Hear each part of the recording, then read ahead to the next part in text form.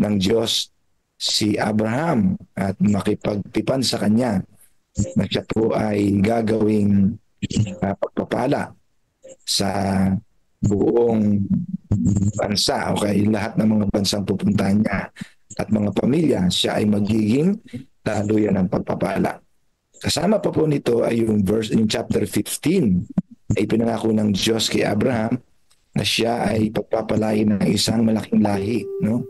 Kasing dami ng buhangin sa dagat at mga bituin sa langit. Ito mga kapatid, nagsisimula na po, no?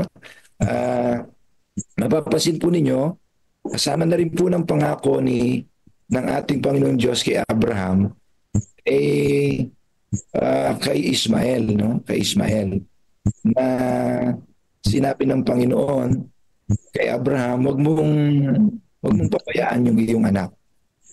Kahit anak siya ng iyong pag-intervene sa aking nag-intervene siya, di ba? Sa pangako ng Panginoon, gumawa siya ng sarili niyang paraan para siya ay magkaanak. Sabi ng Panginoon kay Abraham, magpapalain ko rin siya. Ibigyan ko siya ng malaking lahi, no? Magiging 12 rin ang angkan na magmumula sa kanya. At mapapansin niyo po dito sa tala ng banal na kasulatan ay si Abraham ay habang lumalaki yung dalawa niyang anak ay pinaglayo po niya. Pinaglayo niya, no?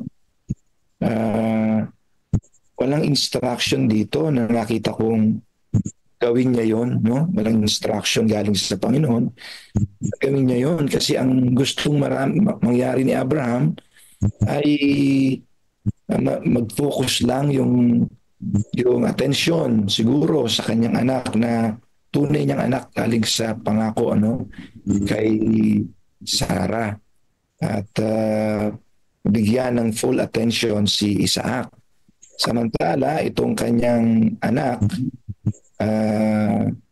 na si Ismael ay malayo, malayo sila. Kaya si Isaac at si Ismael ay magkapatid sa ama pero magkalayo sila. And then dumating na naman po yung point na itong mamaalam na ni Abraham. Pinilibing na ho si Abraham. Ilang taon nga po, Brother Stanley? Ilang taon si Abraham nung mamatay? Sabi po dito ay 175 taon, Pastor. 175 years, no? Tama, no? 175 years. So ito ay mamamaalam na si Abraham at ang storya niya ay tapos na dito at susunod na po yung fulfillment ng pangako ng Panginoon sa kanya. Ito na yung mga lahi niya, sunod-sunod na at ayon sa pangako ay mula sa kanyang binhi ay magiging pagpapala ang lahat ng ang binhi na kanyang ibinigay kay Abraham ay magiging blessing. At ang dulong po nito mga kapatid, lahat ng mga nakakonek kay Abraham ay tinawag na anak niya. Mga kapatid, naalala niyo po yun? Both spiritually and physically ay pinagpala ng Diyos si Abraham sa lahi. Lahat po ng mga lahi na physical na magmumula kay Isaac hanggang kay Jacob ay tatawaging anak ni Abraham na anak po ng pangako. Kasi si Jacob ay siyang naging tagapagdala ng pangakong iyan. At mula po sa kanya hanggang doon sa panahon ng henerasyon ni Jose kay Jesus Christ, ang tawag ay lahi mula sa lahi ni Abraham. Ngayon, mga kapatid, ito maganda dito. Kahit ang mga mananampalataya na mayroong Diyos na nakipagtipan kay Abraham, ay pag tumanggap tayo sa pananampalataya, tayo rin na ibibilang na anak ni Abraham. So yan po ang kabutihan ng Diyos, mga kapatid. Tapat siya sa kanyang mga pangako. Ang Panginoon ay tumutupad ng kanyang banal na salita, kanyang binitiwan. Ang sabi nga po sa Isayas, walang salitang lalabas sa aking bibig, sabi ng Panginoon, hindi babalik na walang pagbuwak. Sabi po ng Apokalipsis, ang Panginoong Yesus ay pinakilalang tapat at totoo ang kanyang salita. So si Jesus ang pinakarurok ng fulfillment ng mga pangako ng Panginoon kay Abraham. Nang ipinanganak ang ating Panginoong Yesus, ang lahat ng sasampalataya sa Kanya ay tatawaging mga anak ni Abraham. Sapagkat si Abraham ay hindi man perfect, hindi man po perfect siya, ay naging alam niyo na mga kapatid, naging kasiyahan o naging kaluguran ng Panginoon ang kanyang pangakong ang kanyang pananampalataya na ipinakita sa ating pong makilang Diyos.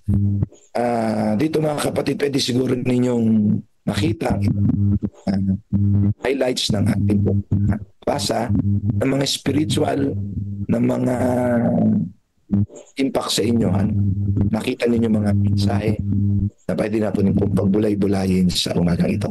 Okay? Meron po ba kayong gustong sabihin? Mga reflections?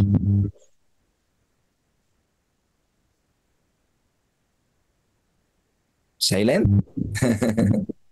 Sige mga kapatid, focus po tayo doon sa huling story, no?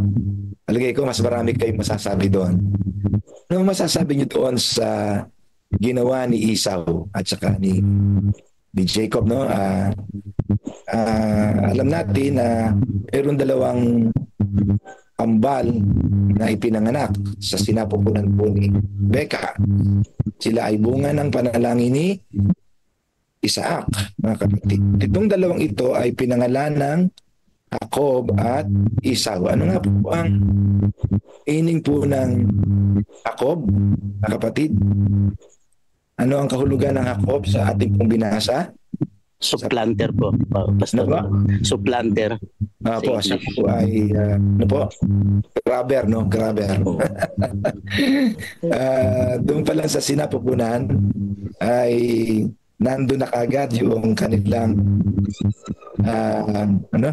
kumukulo, no? Nandun na kagad sa tiyan. Nararamdaman na po ni Rebecca na nahihirapan na siya. Mayroong dalawang controversy sa kanyang sinapupunan.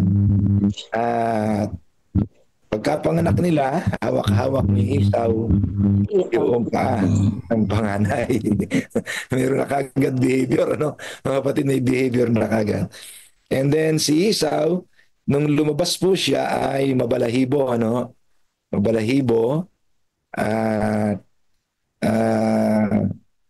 ang iba pang pangalan na ibinigay sa kanya ay Edom, no? Mamaya, yung Edom ay, ang ibig sabihin po nun ay mapula, no? Edom means red. Yan, mga kapatid. Nung ipinanganak na, sabi po dito, siyempre, mas napalapit si Jacob kay nanay Rebecca dahil palagi niyang kasama si Rebecca kasi hindi siya sa bahay lang. Nanay kasi sa bahay lang naman luluto, no? Nag-aasikaso ng pamilya. Samantala ito si Esau ay mabalahibo, no? Si Esau ay mabalahibo ang katawan niya at naging mahilig siyang mga mag-hunting. Siyempre yung tatay mas gusto niya yung ganon, si Isaac, at naging paborito po niya si Esau. Okay? Habang sila lumalaki, ay nagawa nila yung mga gawain nila ayon sa istorya at naging masarap na tagapagluto, chef si Esau at everyday ay ipinaghahanda niya ng pagkain yung kanyang family. At si Esau ay dumating, pagod na pagod, no? At gusto po niyang kumain pero ang pagkain po ay nasa kamay ni Jacob. Matalino si Jacob, mga kapatid. Hindi siya nagbibigay ng basta-basta lang. Gusto niya merong kapalit. May kapalit yung kanyang pagluluto. Tapos sabi niya, nagugutom na ako. Pagod na pagod ako. Sabi siguro ni Esau, Ayoko nang mamatay sa gutom. Talagang exhausted talaga siguro. Talagang exhausted na. Hindi na sapat yung tubig para maibsan yung kanyang pagkapagod. Kailangan niya talagang kumain. Sa gutom niya ay si Jacob ay nag-alok ng kondisyon. Ano ang alok mga kapatid? Ay benta mo sa akin yung pagkapanganay mo. Kapag pagka binenta mo sa akin yan, kakain ka na, matatanggal na yung pagod mo. Napakatalino mga kapatid. Talagang bagay na bagay sa kanya yung pangalan niya. Grabber, no? No, ngayon mga kapatid, anin ko naman yung pagkapanganay na yan sa aming ni, no? ni ni Isaw. Wala naman akong pakinabang dyan. Kung mamamatay naman ako, ano mga kapatid, kung mamatay naman ako sa gutom, wag na lang. O, sige, sa iyo na yung pagkapanganay ko. Aka na, bigyan mo ako ng napakasarap na pagkain na yan, ng stew, no? Yung nilagang lentils, sabi dito, ang tawag po doon ay red stew. Kaya pinangalanan po siyang Edom. So si Esau at saka yung mga Edomites ay yun po yung kanyang lahi, no? At sila po ay pangalan sa kanila ay mapula. Galing po yun sa napakasarap na kinain niyang lentils, no? O yung stew. Dito mga kapatid, palagay ko marami po kayo ditong mari-reflect. Ano ang nakita niyong spiritual implications niyan sa buhay natin ngayon? Yung, alam niyo na, alam niyo po yung mga taong hindi pinapahalagahan ang mga kaloob ng Diyos at ipinagpapalit sa mga bagay na pangsamantala na akala nila hindi nila napapakinabangan ngayon ay hindi na ito importante. Pero meron yung taglay na significance ayon sa ipinangako ng ating Panginoon. Ano? Maaring pananampalataya yan na mabilis lang nating i-give up kapag nakakaranas tayo ng hirap at krisis sa ating buhay. Na marahil hindi natin nakikita ang halaga ngayon, pero ang dulo nito ay pakinabang sa atin. Hindi natin sa ngayon nakikita, pero ang epekto ay pangwalang hanggan. Ano po ang masasabi niyo dyan mga kapatid? Brother Pastor Benji, nagtaas po kayo ng kamay. Sige po. Good morning po. Happy God first morning po sa bawat isa. Napakaganda ho na itong later part. Yung una ho, hindi ho tanin masyado ma-appreciate yung mga lahi-lahi pastor. Itong banda po dito kay Esau and Jacob. Si Esau ho, hindi ho niya, tama ho yung sinasabi niya na hindi niya ho napahalagahan yung birthright. Ayan. Kumbaga wala siyang, sa tingin ko alam naman niya yung alam naman niya yung significance noon. Yun niya lang parang hindi masyadong pagpapahala sa kanya kasi nga parang taken for granted na sa akin naman talaga yan. And to the point na medyo siguro dahil makisig siguro tong si Esau pastor. Hunter. Parang mahusay siyang mag-hunt siguro. Naipagpalit po niya yung birthright na hindi niya napahalagahan yun, na may consequence yun. Pero si Jacob naman, sa kabilang banda, ito naman, crafty. Mahusay. Oo. Simpleng lentils lang, kaya magbenta ng kayang magbenta ng entrepreneur. Dapat parang literature evangelist. Member siguro ng ASI. Literature evangelist na pastor. Yung simpleng pamphlet kayang ibenta. Si Esau po ay nakita niya yung value nung nasa doon naman sa kabila. Opportunista naman tong si Jacob. Anyway po, ito yung pagpapakita ho na pagpapaalala na may mga bagay sa buhay natin na given, subalit hindi natin napagbibigyan ng halaga kasi di natin nakikita yung potential na binigay ng Panginoon. And may mga bagay naman na wala sa atin na minsan ay pinagnanasaan natin na okay naman, wala namang masama doon sa pag nasa na iba. Ngunit to the point na nangyari kay Jacob, di nawa sana mangyari sa atin, pero pinagnasaan naging kubitos tayo dun sa ibang bagay. So it's sana ang ating pagnasaan niya yung spiritual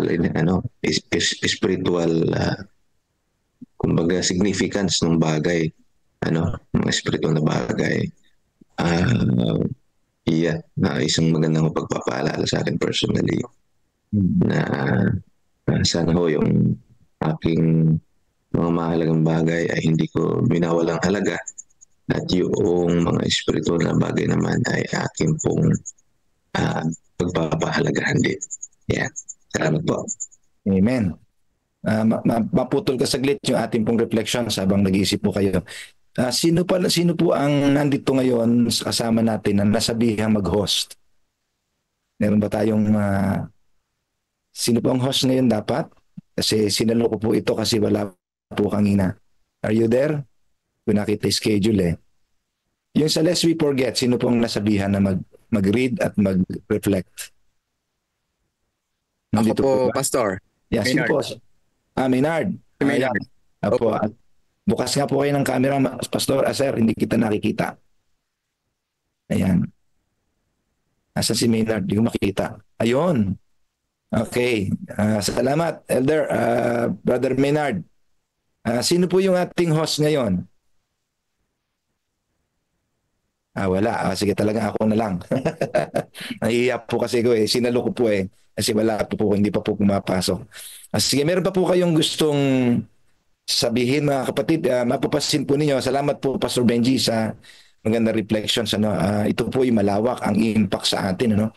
Iba't ibang mga applications ang pwede nating ipasok doon sa maiksing tagpo na yon. Actually, si Sister Wright ay marami pong sinasabi doon. Ang highlights po niyan ay tungkol po sa pagpapahalaga natin sa mga bagay na mahalaga dapat na binibigyan natin ng halaga galing sa Panginoon.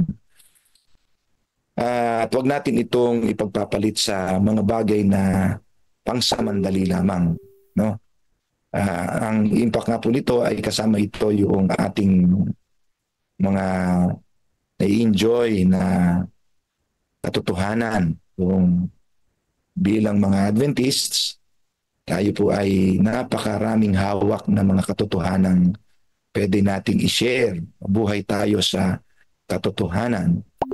Lamang pag dumarating na po yung punto na tayo po ay dumarating sa mga crisis o alam nyo na, mga economic issues, ay mabilis po natin itong naiwawaksi. Iniiwan, tayo ay pumupunta doon sa side na pansumandaling ginhawa ang idinudulot sa atin. Ang malungkot, marami po ang mga taong gumawa ng ganyan katulad ng gawi ni Esau ay tuloy-tuloy na ho silang nasinsay. Wala na, di na makabalik. Ang iba naman ay mapurihin ng Panginoon ay kaagad na nakakaranas ng realization at mabilis na nakababalik sa tunay na nagbibigay ng hindi lang pangsumandaling ligaya, kundi ang karanasan ng satisfaction, contentment na nasa piling lamang ng ating Panginoon sa kanilang paglilingkod sa ating Panginoon. So yan mga kapatid, ang magagandang lesson natin dito sa ating pinag-aaralan. Harinawa ay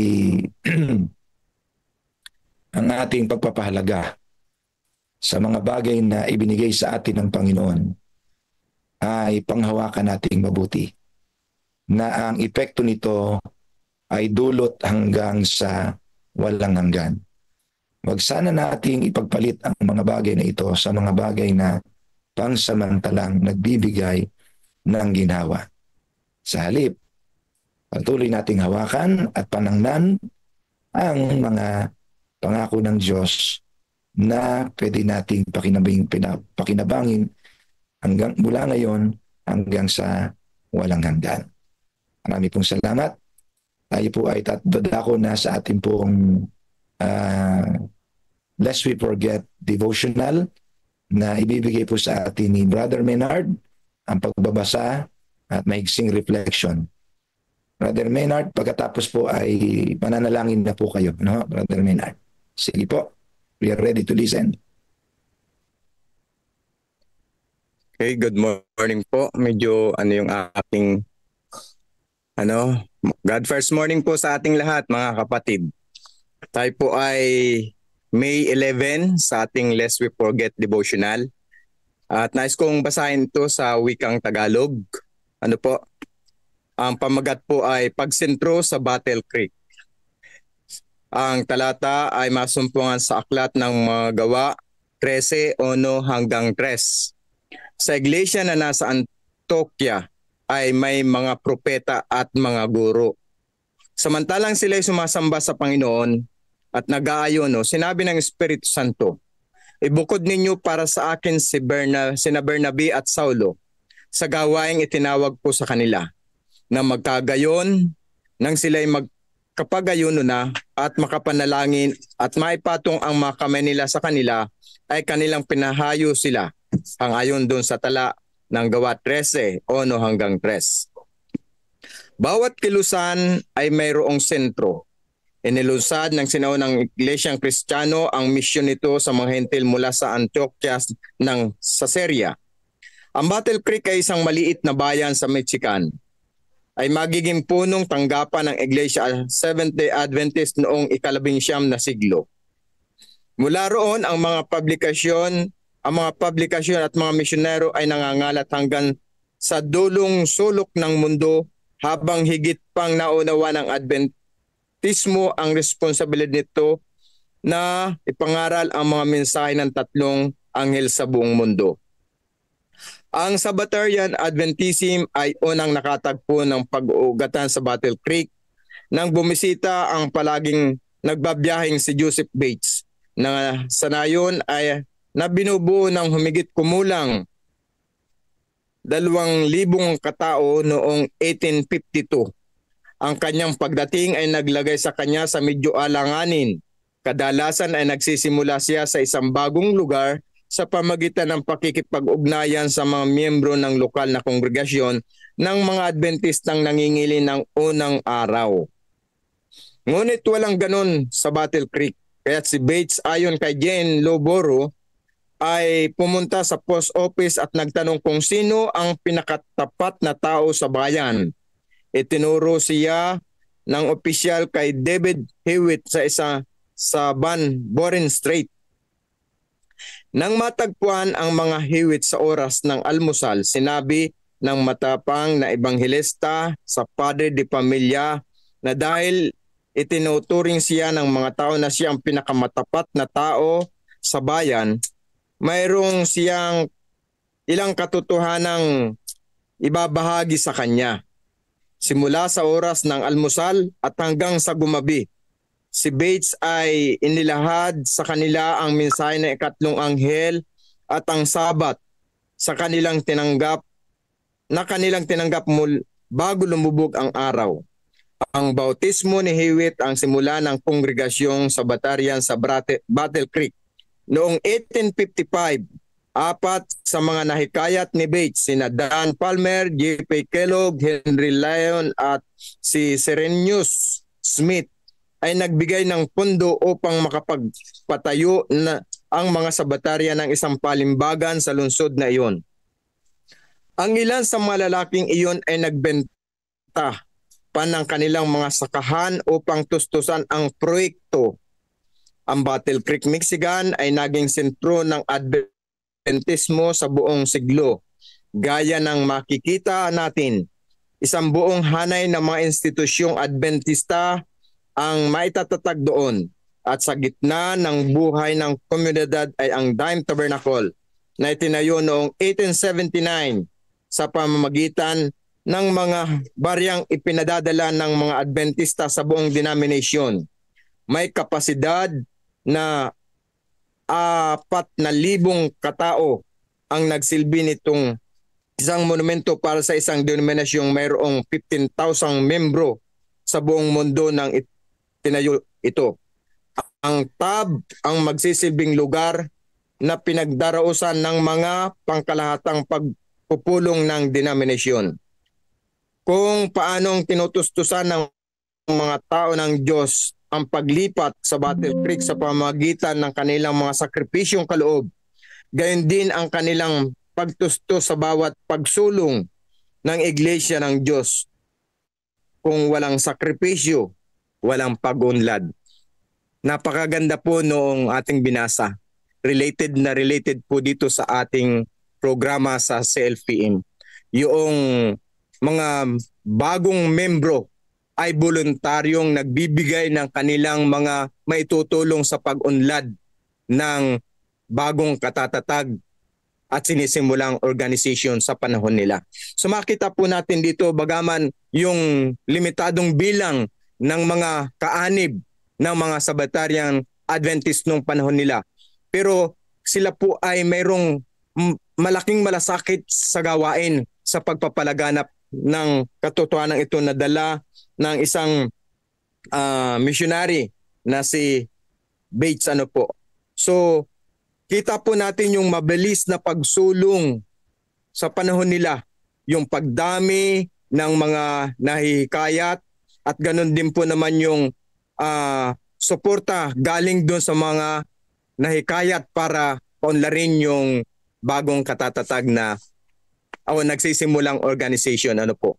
So makikita po natin na talagang mayroong mga pangunahing dapat ginagampanan. Hindi lang basta nahihikayat, kundi mayroong saloobin yung mga tao na tumatanggap sa pabalita kung paano sila magiging kabahagi sa pag-unlad ng nagsisimulang gawain sa panahon nila. Po? At yung missionary na sa pangunan ni Joseph Bates, po, ay talagang yung sakripisyo nila mga kapatid. Grabe po. Grabe talagang hindi kagaya sa mga naobserba natin, pero talagang malalim yung kanilang sakripisyo nang sila ay nagpapasimula. So napakainam ng kanilang talagang pagtatalaga sa gawain. Yung bang nag-aalab yung kanilang damdamin para ibahagi itong pabalitang ito. At yun ang dala ni Joseph Bates, yung three-angel message mula sa umaga hanggang sa maghapon. At ang napakaganda, hindi nag-atubili yung mga tao na tanggapin yung pabalitang yun. At sa kinahaponan, mayroong nagaganap na baptism. Napakainam, nakakatuwa yung mga karanasan ng ating mga pioneer noon. At nakita natin yung kanilang mabilis na pagdami at ang resulta tayo po ay bunga ng kanilang mga sakripisyong ito noon. Amen. So siguro mga kapatid, ito lang po yung aking maiksing maibabahagi na nabasa natin ngayong umaga dito sa ating pong Lest We Forget. At muli, God first morning po sa ating lahat, Pastor. Amen. Salamat, Brother Maynard. Pwede po kayong dumiretso na ipag-pray natin ang ating pong programa. Sa mga after mo ay mayroon pa tayong segment pa. Sige, Brother Maynard, pwede po kayo mag-pray. Tayo po ay manalangin, mga kapatid. Binabalik namin ang papuri sa inyo, Amang Banal, dyan sa kaitasan. Na minsan pa ay pinahintulot nyo na sa ganitong oras kami ay magkasama-sama sa platform na ito upang mula sa pagbabasa ng mga banal na kasulatan at ganoon din sa mga kinasihan ay kami po'y nakakasumpong ng mga bagay na nagbibigay inspirasyon kung paano ang unang mananampalatayang mga Adventist nagpakita ng sigasig, sigla at malasakit sa organization At ganun din ay patuloy na sumusuporta, tinutustusan ang pangailangan ng inyong iglesia hanggang sa kasalukuyan. Salamat po sa mga taong ito na inyong ginamit upang maitatag ang organization na kung saan ngayon ay patuloy na lumalaganap at nagiging bahagi sa pagpapalaganap ng iyong kaharian. Patuloy niyo pong pagpalain ang inyong iglesia sa kabuuan. Tulungan niyo po ang mga nasa pangasiwaan. Tulungan niyo po ang lahat ng inyong manggagawa sa Bukiran at pati na ang mga kapatid. Sama-sama kaming babalikat ng mga gawaing paglilingkod. Tutugon sa mga pangailangan ng iglesia sa kabuuan at lalo tigit sa pagpapasulong ng iyong banal na gawain. Ang aming dalangin, manatili ang kapangyarihan ng banal na Espiritu sa aming pong mga buhay upang ito ang magiging sentro ng aming pong paglilingkod sapagkat kayo ang siyang nagpro-provide at kami inyong kinakasangkapan upang maging mabuting channel din ng blessing para sa iba. Dakilang Diyos, sa umagang ito, nakikiusap po kami. Sa buong maghapong ito'y ingatan kami na sa amin pong muling gagawing pakikitungo sa aming kapwa sa buong maghapon. Sa amin pong mga pag-iisip, panatakilos at gaway mahayag po kayo. Tulungan niyo po kaming ilayo sa kasamaan at anumang gawang pagkakasala upang sa tulong ng inyong biyaya kami po ay sama-samang nag-i-enjoy ng buhay na mas malapit sa inyo at na-enjoy po namin ang kagandahan ng kabanalan at kami patuloy na magiging blessing sa aming kapwa. Amang banal, ilayo kami sa anumang uri ng kasamaan at kapahamakan. Tulungan kami sa aming mga gawain sa buong maghapon at patuloy kaming kasangkapanin sa pagpapalaganap ng iyong kaharian. Makita lang sa inyong malingkod ang kabanalan, ang pagtatapat, ang kapakumbabaang loob at ang patuloy na malasakit sa gawain. At ganun din po naman, Ama, kami po ay mayroong mga kainaan, mga kamalian at pagkukulang na nagagawa. Kahabagan po nawa ang bawat isa at kami inyong patawarin upang kami po ay patuloy na lumago at makapagtapat sa inyo at maging handa anumang oras kayo dumating. Amang banal, ang lahat pong ito'y aming hiniling pinakikiusap. Alang-alang po sa pangalan ng aming Panginoong Yesus. Amen. Amen. Maraming salamat, Brother Menard.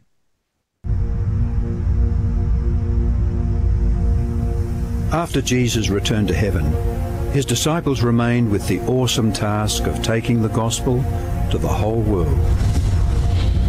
Filled with the Holy Spirit, these men and women proclaimed the message they had received with boldness and power, reaching out to all corners of the then known world. But it was not without great opposition, first from the Jews, then from the Roman state. Many Christians were faithful to the point of death, suffering torture and humiliation from cheering onlookers at the Circus Maximus and Colosseum in Rome and throughout the empire. However, the blood of the martyrs only paved the way for the further spread of the gospel. After years of persecution by the Roman emperors, one of them, Constantine, professed conversion to Christianity in 312 AD. Now Christianity became popular, but it resulted in many pagan practices and symbols entering the church, particularly in Rome. The Bishop of Rome assumed more and more power and authority and began to oppose and oppress all who recognized Jesus alone as the head of the church and who accepted the Bible alone as the supreme authority. To escape this increasing persecution, God's true people withdrew to the wilderness areas of Europe. In northern Italy, the Waldenses took refuge in the mountains. While many were slain, the light continued to shine in the darkness. God was still in control, and he began to raise up men like Wycliffe, Huss, Tyndale, Luther, Calvin and Zwingli to stand for his truth. They stood for the Bible alone, faith alone and Christ alone. In 1798, in fulfillment of Bible prophecy in the book of Daniel, the religious and political supremacy of the Roman Church was temporarily reduced when General Berthier removed Pope Pius VI from his throne.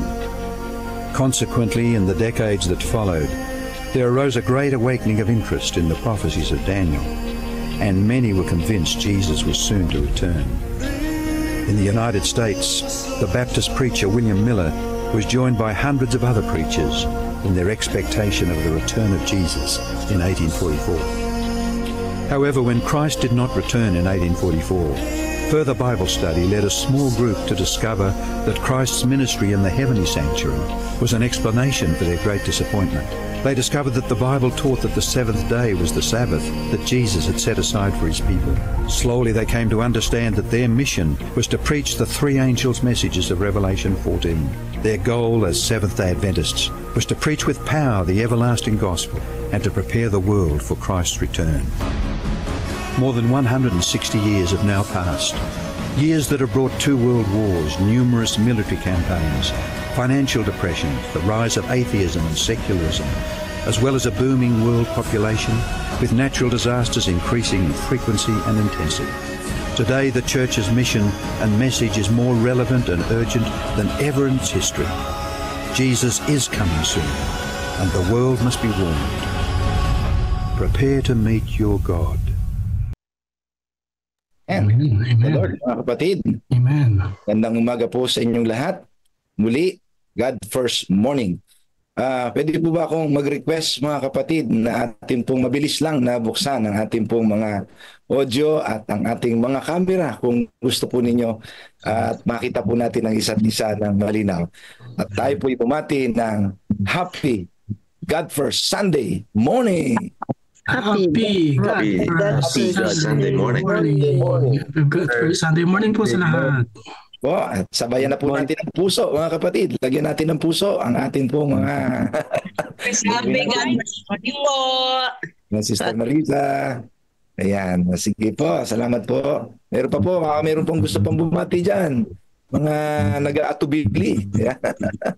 Hintayin po natin mapuno ng puso ang ating pong screen. Yan, salamat po. Marami pong salamat. Yan, tayo po ay pinagpapala ng Diyos araw-araw sa atin pong mga pagsisimula ng araw na pinipiling tayo'y nasa piling ng ating tagapagligtas. God First Morning po. Yan, Sister Feli, Happy God First Morning. Salamat po sa inyong pagpapaunlak sa akin pong paanyaya. Tayo po ngayon ay dadako na sa atin pong reflections and testimonies. Kung meron po mga testimonies, mas maganda po. Mula po dito sa ating mga karanasan na nararanasan dito po sa ating pagdalo sa daily spiritual empowerment. At salamat po sa lahat ng mga nagsishare ng kanilang mga spiritual insights every day sa ating pong paggamit ng mga comments section o comments box dyan po sa FB, live streaming at dito po sa ating pong Zoom platform.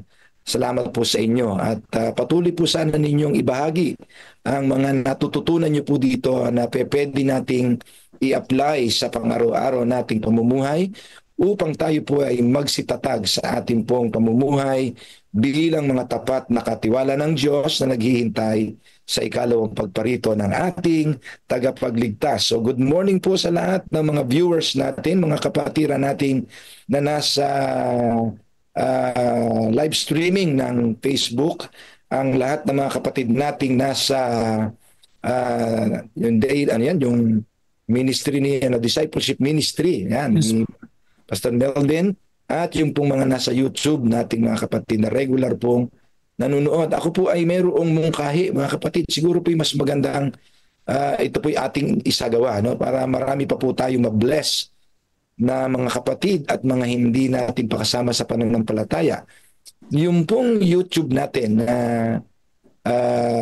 live stream ay recorded, naka-file po yun doon sa YouTube, no? YouTube storage. Pwede po sana nating i-share yun. Pwede natin i-share para ma-review rin ng iba na hindi po nakakaroon ng chance na makadalo dito po sa ating on-site o yung on-time na mga pagsasama-sama, fellowship dito po sa Facebook, live streaming at saka po sa ating platform sa Zoom. Kung maaari po sana ay i-share po natin yon para po maging maganda po ang impact nito sa marami. At alam nyo na, magkaroon tayo ng spiritual revival sa ating pong misyon. At ang ating mga leaders na sana po ay sila ang kauna-unahang naririto ay makumbinsi po natin na sana po sumama na on time. Ay maganda po ay umagang-maga pa lang ay inuuna na natin ang ating Panginoon. So hopefully ay magawa po natin itong lahat, i-share sa ating pong mga group chats ang mga fellowship na ginagawa natin dito na naka-upload po sa ating mga alam niyo na sa ating pong YouTube at ganoon din sa ating pong live streaming sa FB. Salamat po mga kapatid. Tayo po ay dadako na sa ating pong pinag-aralan kahapon. Karugtong pa rin ho ng chapter ng tumatalakay po sa ating pong pagbibigay, ano? Yung pong kapasidad ng mga dukha na makapagbigay. Dito po sa ating reading kahapon ay ang scheduled reading natin kahapon ay Mary's Acceptable Offering. Ang tinutukoy po dito na Maria ay si Mary na anak na nanay po ni Jesus, no? Sabi po dito, it is the heart service that makes the gift valuable. When the majesty of heaven became a babe, si Jesus po yun, and was entrusted to Mary, she did not have much to offer for the precious gift. She brought to the altar only 2 turtle doves, the offering appointed for the poor. But they were an acceptable sacrifice to the Lord. She could not present rare treasures such as the wise men of the east came to Bethlehem to lay before the Son of God. Yet the mother of Jesus was not rejected because of the smallness of her gift. It was the willingness of her heart that the Lord looked upon, and her love made the offering sweet. So God will accept our gift. However small, it is the best we have and is offered from love to Him. Mga kapatid, ito pong napakahigsing statement ni Sister White na hango po ito sa The Review and Herald December 9, 1890 sa ating pong reading sa online, Counsels on Stewardship, page 176, line 3, ay hitik na hitik, punong-puno ng magagandang prinsipyo ng paghahandog, kung yung quality ng handog na tinatanggap ng ating Panginoon. Nais ko pong ibahagi sa inyo ang screen na aking pong ginawa na presentation na ating pong posibleng 5 na pwedeng makita sa ating pong nabasa. Ang unang kalidad o handog na kaaya-aya sa Panginoon ay number 1, principle ng offering ay pinahalagahan ng Diyos ang puso higit sa halaga. Yan. Sabi po ni Sister White, ito ay ang paglilingkod ng puso na nagpapahalaga sa handog. Ang tunay na halaga, ang prinsipyo po ay, ang tunay na halaga ng handog ay hindi nasusukat sa pera, kundi sa sinseridad at debosyon ng nagbibigay. Ayan po, no? Yung karanasan po ni Mary ay talagang overflowing yung kanyang pananampalataya, no? Yung alam niya na yung babe, si Jesus, ay gift sa kanya at gusto niyang mag-offer sa Panginoon ng mula sa kanyang puso sa kahirapan nila, no? At ang nakatalaga nga pong handog para sa mga mahihirap na gustong magpasalamat sa Panginoon ng buong puso ay bato-bato, kapatid, no? Ito po ay pinahalagahan ng Diyos dahil ang nag-udyok sa kanyang magbigay ng the best na offering ay yung dikta ng pusong nagmamahal at nagpapasalamat sa Panginoon. Ang ganda, no? Number 2, principle, tinanggap ng Diyos kahit ang maliit na handog. 2 bato-bato lamang ang kanyang inalay. ngunit ito'y tinanggap na handog ng Panginoon. Sabi po ni Sister White, ano? Ang prinsipyo po ay, ang simpleng alay ay kalugod-lugod sa Diyos kung ito ay mula sa tapat at tapat na puso. Okay, mga kapatid, tandaan po natin yun, ano? Hindi ho palakihan ang issue. Hindi ho yung sinseridad, no? Yung kinalulugdan ng Diyos ang mga handog na mula sa puso, yung pinagpasyahan ng pusong nagmamahal. Number 3, kalooban at pag-ibig ang nagpapabanal sa handog. Mga kapatid, ano? Ang tiningnan ng Panginoon ng wika ni Ellen White ay ang kagustuhan ng kanyang puso at ang kanyang pag-ibig ang nagpabango sa handog. Mga kapatid, no? Yung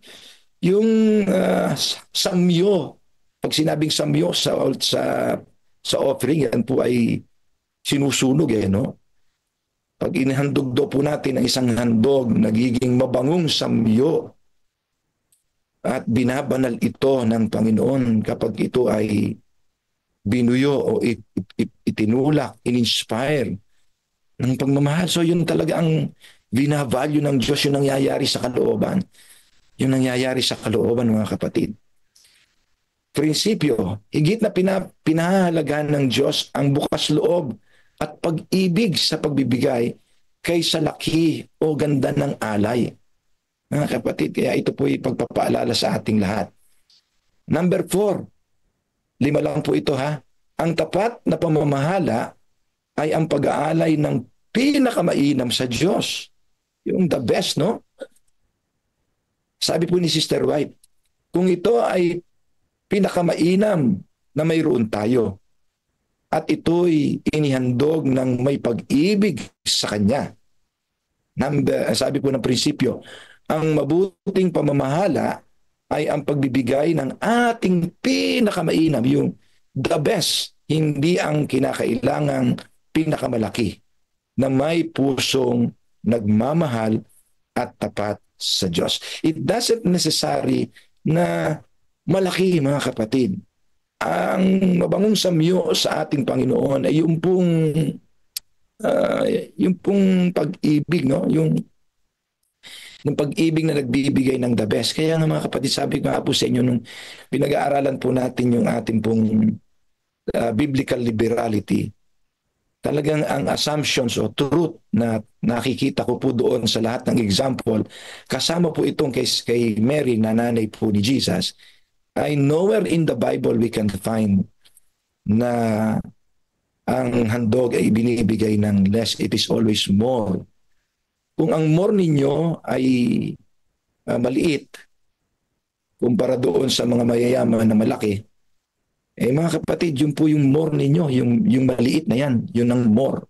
Because it was inspired by faith, motivated by love and gratitude. Yun po yung importante.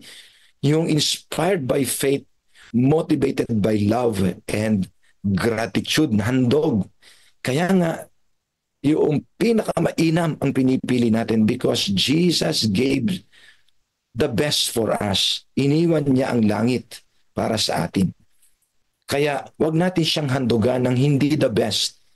Anything less than our best is disobedience to the one who gave his all. Okay? Anything that is not the best is disobedience to the one who gave his all. Mga kapatid, no? So ito po dapat ay handog na in-inspire ng pag-ibig at na-motivate o in-inspire ng faith, minotivate ng love and gratitude. Lastly, ang tunay na pamamahala ay hindi nasusukat sa kayamanan. Sabi ni Sister White, hindi siya makapag-alay ng mga mamahaling bagay si Maria, ngunit hindi itinakwil ang ina ni Jesus.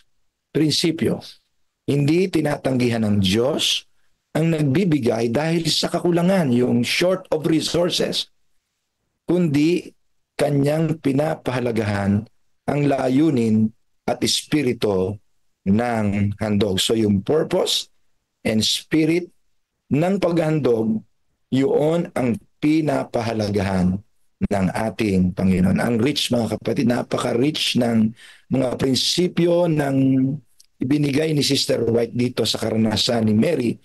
Maiksi lang po yung kanyang quotations, pero hitik na hitik, buntis sa mga matututunan nating pwedeng i-apply na mga prinsipyo tuwing tayo ay mag-aalay at magbibigay ng handog sa ating Panginoon. Marami pong salamat. Meron po ba kayong gustong sabihin, mga kapatid? Any reflections? Yan. Pwede ho ba kayo magsabi ng amen kung kayo ho ay nabe-bless dyan sa inyong end? Amen, Pastor. Amen. Amen. Amen po, Pastor. Po, review lang po ito. Nire-review lang po natin. No? Yan, salamat po. Salamat po. Okay. Meron pong gustong magsalita. Amen po, Pastor. Yeah. Brother Melvin and Brother Edmond, kung makikita niyo po yung video ng God First na meron po doong tema na merong isang nanay na umattend ng isang pulong at narinig po niya ang pag-aalay ng the best, no? Naalala niyo po yan, nasa video ng God First po yan, karanasan po ng isang nanay na umattend po siya ng isang pulong sa simbahan at narinig po niya ang panawagan na magbigay ng pinaka the best sa Panginoon. Siya ho ay na-convict. Pag-uwi ko niya, mahirap lang po sila. Pag-uwi ko niya ay tinignan niya ang lahat ng kagamitan niya na pwede niyang ibigay pa sa Panginoon. Sa sobrang hirap niya, mga kapatid, wala siyang makitang mga bagay sa kanyang bahay na the best kasi mahirap nga alam po, no? Ay talagang desperado yung matanda, yung babaeng ito. Kaya Panginoon, sabi niya, sorry, lahat ng nandito sa aking bahay ay sapagkat kami mahirap lamang, ay wala po akong maiaalay na maganda at the best para sa iyo. Sa sobrang pasasalamat niya sa Panginoon, siya ay tumingin sa kanyang kwarto na maliit at nakita niya ang kanyang mga anak. Siya ay napaluha, mga kapatid. Umiiyak siya. At ang sabi niya, Panginoon, meron na akong pinaka-the best na iaalay sa iyo. Iniaalay ko sa iyo ang aking mga anak. Sana gamitin mo sila sa gawain mo. Alam niyo, mga kapatid, sabi po sa story, hindi po tinapos nung video, yung operatory video, yung karanasan ng babae. Pero dininig ng Panginoon ang kanyang panalangin. Ang mga anak niya ay nilagyan ng pwesto ng Diyos sa field bilang mga misyonero nung sila po ay nag-mature na. Purihin ng Panginoon, mga kapatid, no? Ang paghandog ay hindi lamang sa pananalapi.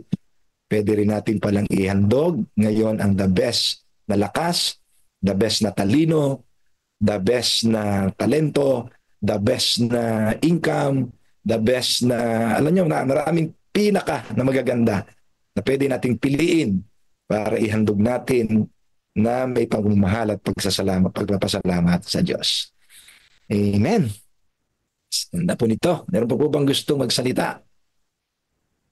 Kumusta po ang inyong commitment? Ayan yan. Pastor Benji, mukhang nag-open ka ng iyong... Pastor, ano po, napakaganda ng paalala. Bali, kahit po sa tingin natin ay yung atin pagbibigay ng ating talent ay maliit sa ating paningin. Pero kung ito po ay buong pusong pinaglingkuran, ganyan, ito po ay nakalulugod sa Panginoon. Kaya po huwag isipin ng sino man na hindi naman ako magaling magsalita, hindi naman ako ganon, yung mga ganong idea po ba, hayain, ako yung marunong lamang manalangin, ganyan. Pero pag ito po ay ginawa nating may buong pusong paglilingkod, ito po ay malugod-lugod sa Panginoon. Yan, totoo po na ang Panginoon ay tumitingin po sa puso natin. Mahalaga sa Kanya yung ating mga iniisip at mga puso sa ating paglilingkod at sa ating pagbibigay. Salamat po. Amen. Salamat po, Pastor Benji, sa dagdag na komento. Meron po bang gusto magsalita, mga kapatid? Ang oras po natin ay alas 5:04 na po ng umaga. Purihin ang Panginoon at tayo po ay masigla, malakas at nakapag-iisip na at handang makinig at tumanggap ng mga spiritual insights sa mga ito. Lumalakas po ba kayo, mga kapatid? Kumusta po kayo? Pastor, good morning. Okay, napapakain naman po kayo, no? Salamat po. Pastor Joey.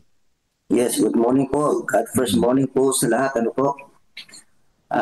Ako po ay magre-reflect. Bakit nga ba kalapati, dalawang kalapati, ang inihandog? Maliban po sa panahon nito ay abot kayang inihahandog ng isang mahirap at katanggap-tanggap sa Panginoon. Maliban na ang isang kalapati ay malinis na hayop na itinuturing ng banal na kasulatan na pwedeng ihandog. Ang kalapati ay alam natin na simbolo ito ng kalinisan at kapayapaan. At nakita po natin ito sa panahon ng ating Panginoong Hesus na siya po ay binautismuhan. Sa konteksto po ng paghahandog, ang aking pong natutunan dito po sa paghahandog ng kalapati na simbolo ng kapayapaan ay kapag tayo ay naghahandog, maliit man o malaki, dapat panatag ang ating pong puso, hindi po troubled, hindi tayo nag-aalala, hindi tayo nangangamba kapag tayo dapat ay nagkakaloob. Kasi nga, ito yung sinisimboluhan ng kalapati na inihandog, sumisimbolo sa mapanatag at mapayapang pusong nagkakaloob. Amen. So, yun yung aking nakikita, Pastor. Bakit nga ba kalapati ang inihahandog ng mahihirap noong unang panahon? Maliban sa ito ay mayroong aralin na ng pagsunod sa iniutos noong unang panahon sa lumang tipan. Ito ay nagdadala ng pagkilala na ang Diyos na siyang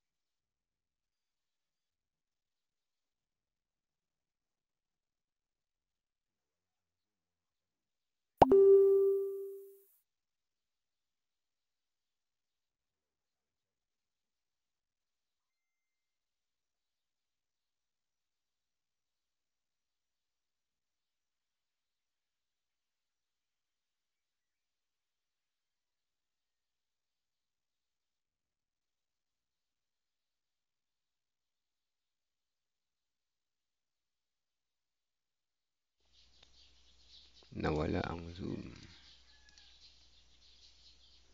Mga kapatid, sandali nahulog tayo sa Zoom. Babalik tayo. Bakit bigla nawala? Magre-reflect pa naman ako Sandali lang. Connecting.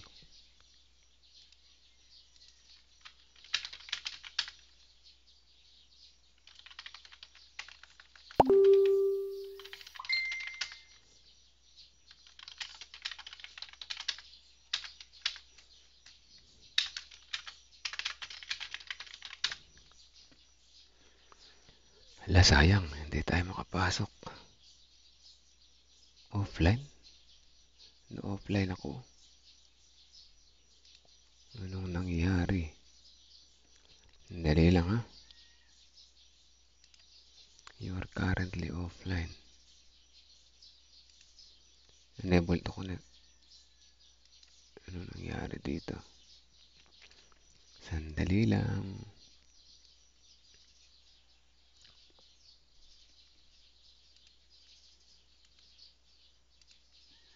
Sayang, di ako makapasok.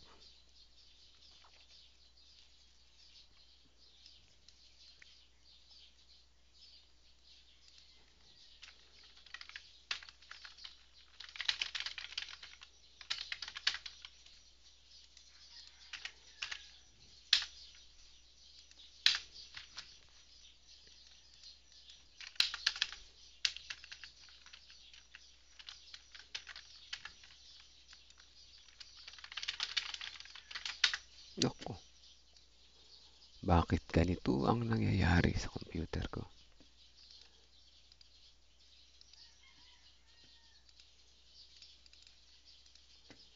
Hello? Mga kapatid, meron tayong technical problem pero subukan natin makabalik.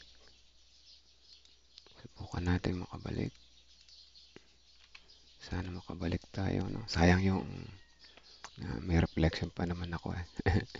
Anyway, isa-isahin natin pati messenger ko nag-fail. Sandali try ko sa Zoom nila. Sa Facebook. Ano ba yan? Tingnan natin. Nawala yung internet ko.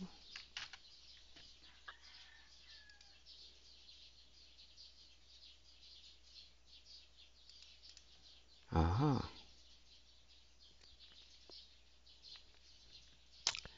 So, sa madaling salita, ako ay nawala ng internet.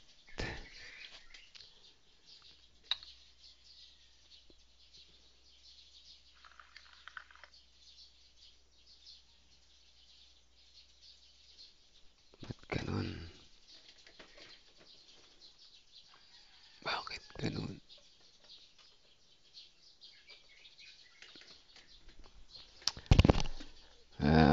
Sandali lang mga kapatid. Nandiyan ba kayo? Hello, hello, hello.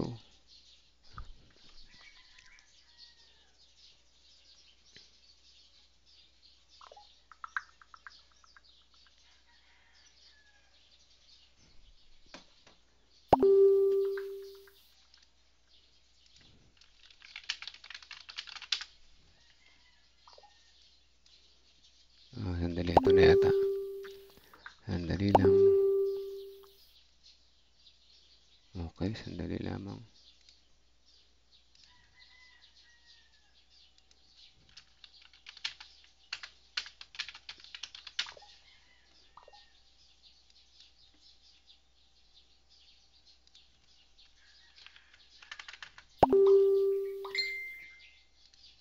Yun. Kahapon ng mabilisan lang na lecture, Pastor, ng COP at pagmumusta sa kanila. At tinignan at nagpunta din ako sa hapon ng Kabkabin sa Maribeles. Ay kinumusta ko naman ang mga treasurer doon at ang COP. Sabi nila mataas na at meron ng epekto.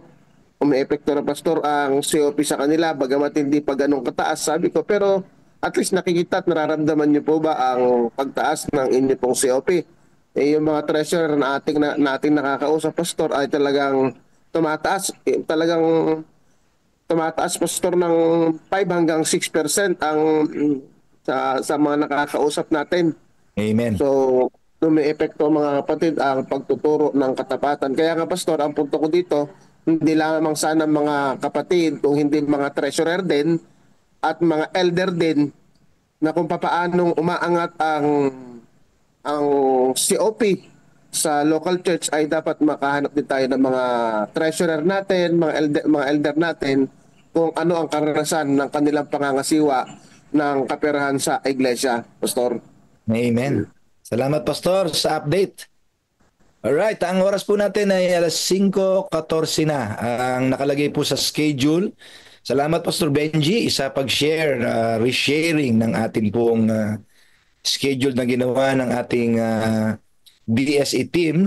Si Pastor Joey talaga ang naka-schedule pala ngayon. Parang na-miss ng ating butihing kaibigan. Si Pastor ano nga pong chapter yun? Po? Ano nga pong chapter? 35? Opo. Ang ating pong susunod na section, ang topic po natin ay chapter 35, Precious in God's Sight. Yan po yung ating topic. Iiwanan na pala natin yung tungkol sa mga dukha, no? Atin na palang pupuntahan ang isang chapter ngayon na Precious in God's Sight. Salamat mga kapatid. Gumayak po kayo sa bukas, yung mga meron ng mga highlights ng inyong mga very inspiring na mga journey sa ating DSE, Daily Spiritual Empowerment, especially sa ating mga commitment na ating nasusustain. Every day ay pinagpapala kayo ng Diyos sa maraming bagay. You can tell your stories, mga kapatid, every day. Punuin natin ang inspirasyon para ang mga kapatid natin ay mapalakas natin sa ating mga karanasan ng paglakad kasama ng ating Panginoon. Ating pong pakikinggan na ang God First video na ipagkakaloob na ating pong mga kapatid, si Brother Edmond or si Brother Melvin. Salamat po. Pastor, medyo kinulang ako ng oras sa paghahanap ng video na alam ko yan, meron ako noon kaya lang hindi ko mahanap. Pero bali sa susunod na araw hanapin natin yon. Pero ngayon pipili muna ako ng isang God First video. Po. Salamat po.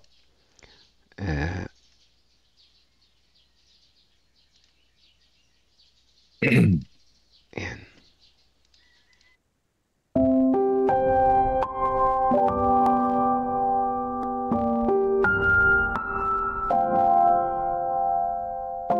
Ang pagsamba ay pagsasagawa ng kalooban ng Diyos. November 16. Offertory Reading Devotional. Kaya't huwag kayong maging mangmang, kundi unawain kung ano ang kalooban ng Panginoon. Efeso Kapitulo 5 Versikulo 7. Isa sa pinakamahalagang simulain ng tunay na pagsamba ay maaaring ipahayag sa mga salitang ito, ang pagsamba ay pagsasagawa ng kalooban ng Diyos, hindi ng sa akin. Nang nabubuhay si Jesus dito sa lupa bilang tao, sinabi niya, sapagkat ako'y bumaba mula sa langit, hindi upang gawin ko ang aking sariling kalooban, kundi ang kalooban ng nagsugo sa akin. Juan Kapitulo 6 Versikulo 38. May kasaysayan sa aklat ng Exodo, na makatutulong sa atin upang maunawaan ang lalim ng prinsipyong ito. Sinasabi sa atin ng talata sa Biblia. 3 ulit sa isang taon na haharap ang lahat ng iyong mga kalalakihan sa Panginoong Diyos, ang Diyos ng Israel.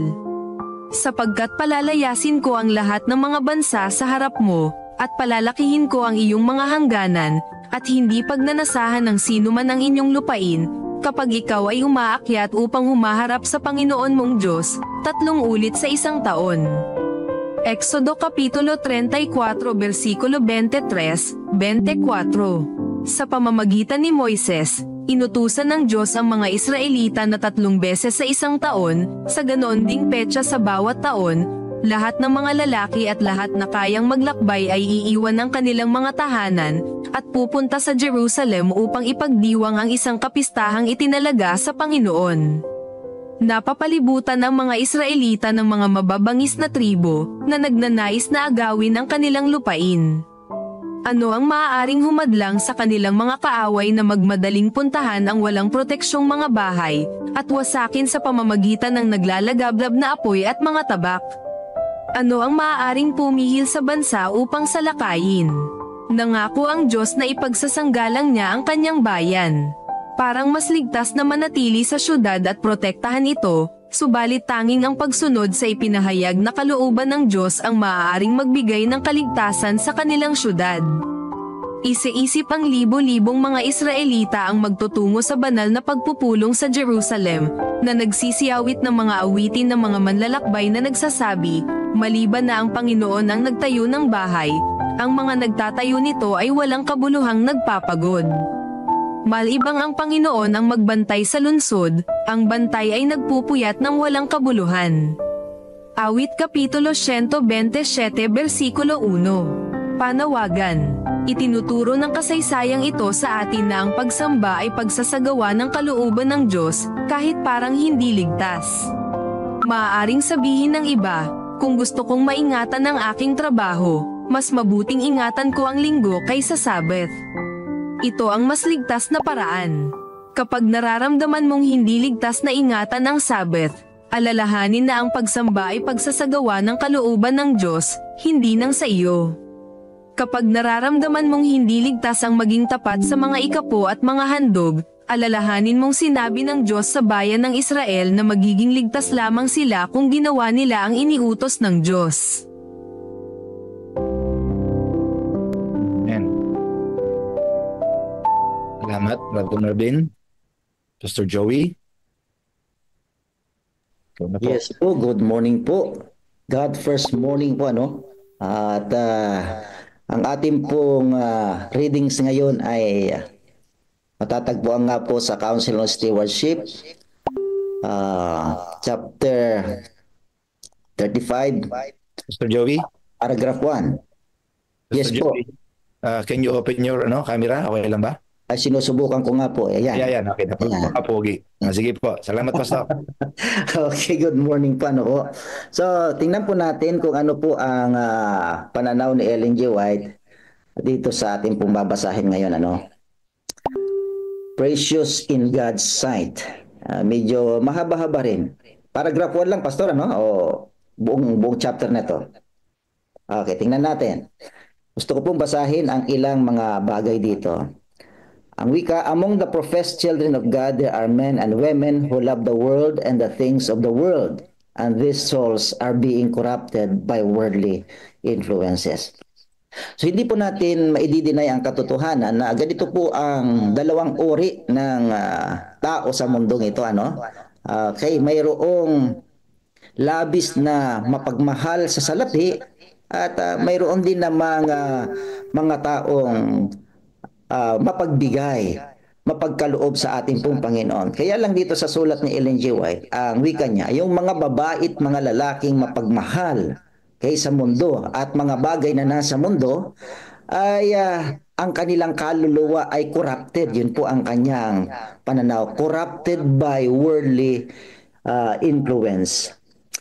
At ang wika pa niya, the divine is being dropped out of their nature.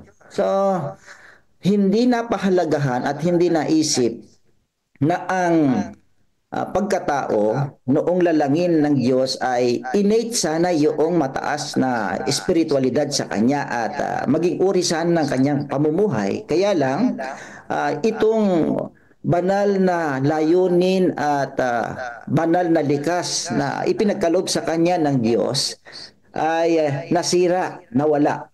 Okay. Ang wika pa, as instruments of unrighteousness, they are working out the purpose of the enemy. Ito po yung mapanganib. Dahil sa ganitong kalagayan, mga kapatid, sinasabi ni Ellen G. White, ang mga taong ito na corrupted ang kanila pong pag-iisip, mapagmahal sa mga bagay sa mundo, ay isang uri ng paggawa na ang sinusuportahan ay walang iba kundi ang gawain ng dyablo. So, mapanganib. At ang wika, in contrast with this class stands the honest, industrious poor man who is ready to help those who need help and willing to suffer wrong rather than manifest the close, acquisitive spirit of the rich. Ang sabi ni Ellen G. White, this man esteems a clear conscience and right principles above the value of gold.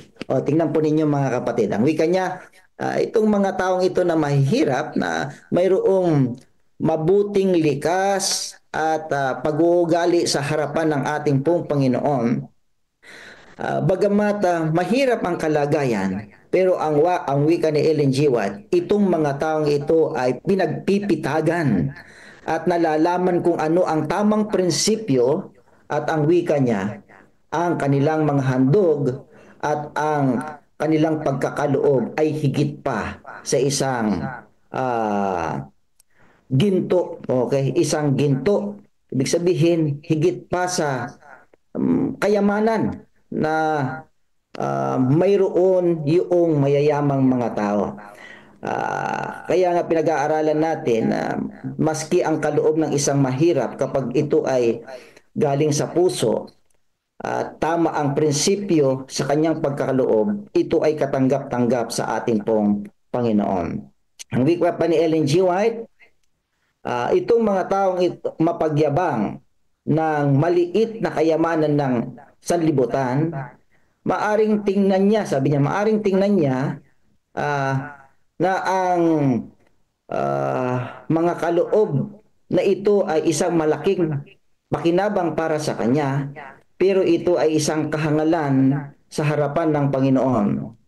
At ang mahihirap naman, maaring kakaunti ang kanyang ipagkakaloob, pero punong-puno ng impluwensya ng sangkalangitan. Ito'y isang karunungan na mahalaga sa paningin ng ating pong Panginoon. Isang precious things in the sight of God.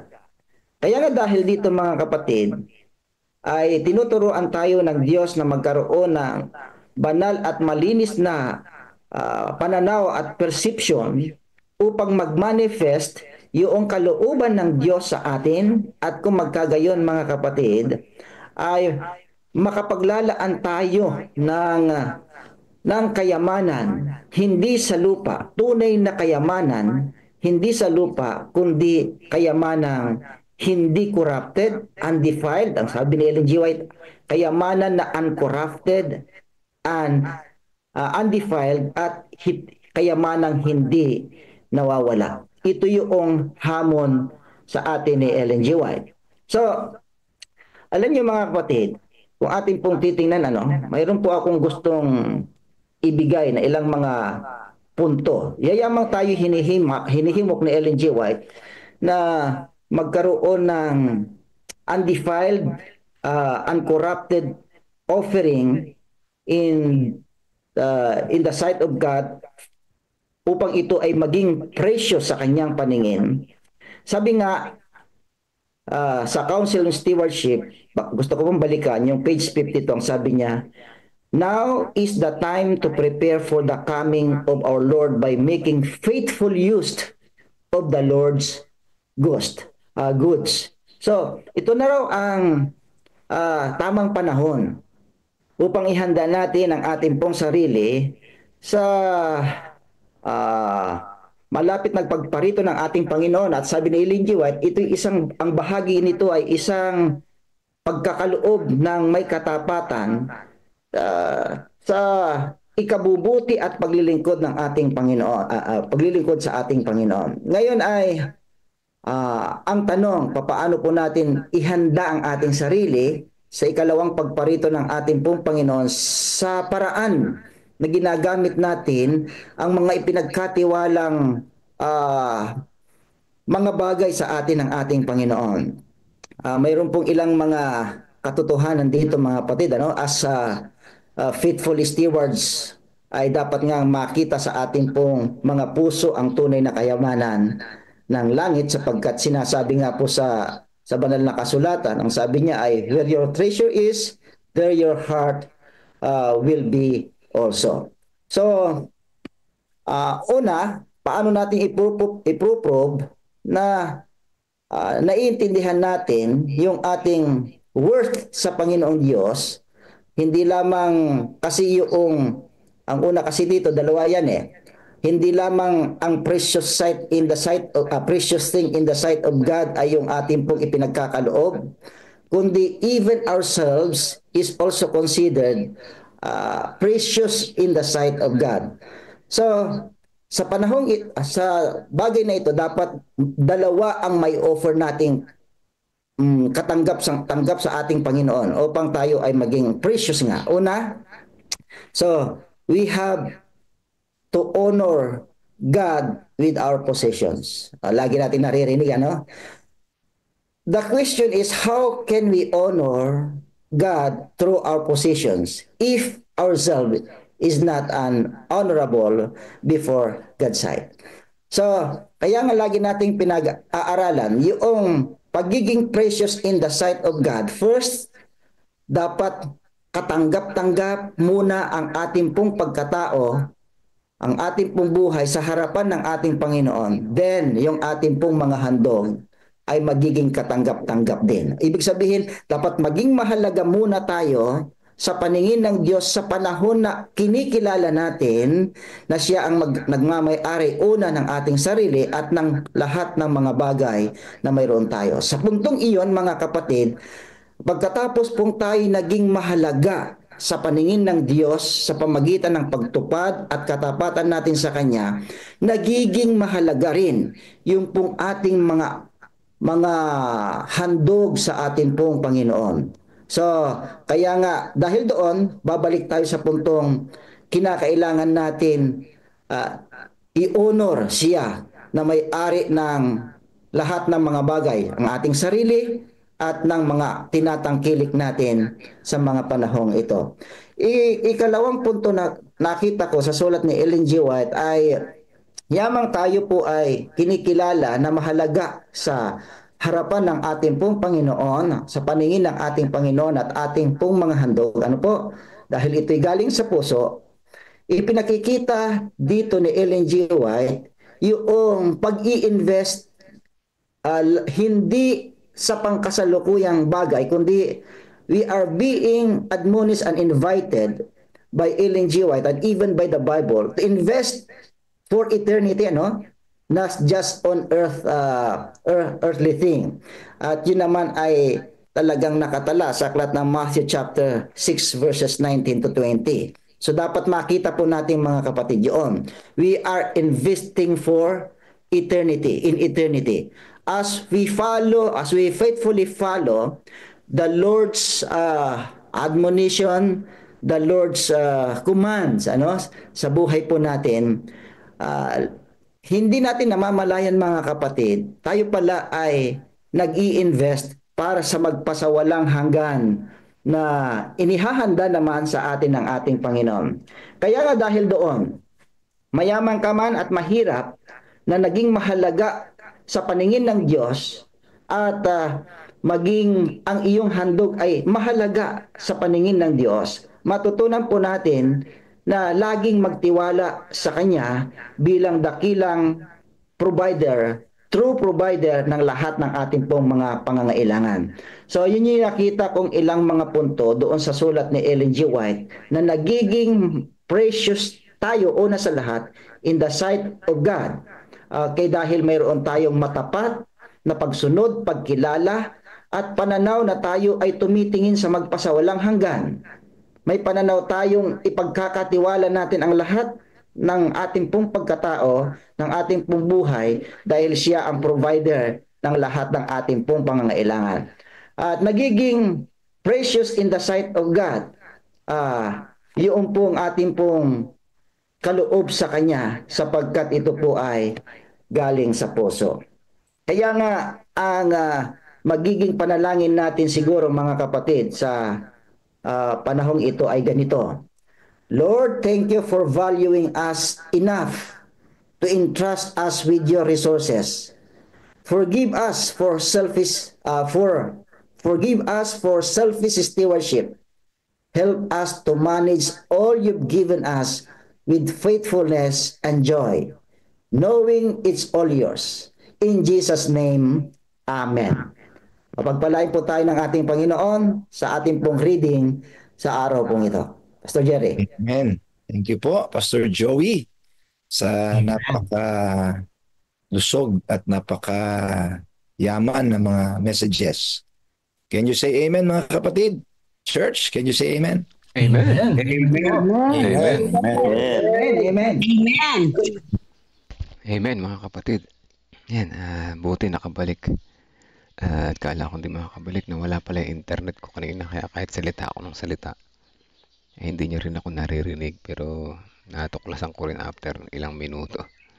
At ngayon pa man ay patuloy tayong pinagpala ng Panginoon. Nakabalik tayo na mag-reflect lang sandali at bago tayo manalangin. Nawala rin yung aking picture. Yan. Hindi ko alam ano. Ganun talaga. Ang internet pamisa-misa bigla nagda-drop. Buti na lang ay nakabalik tayo.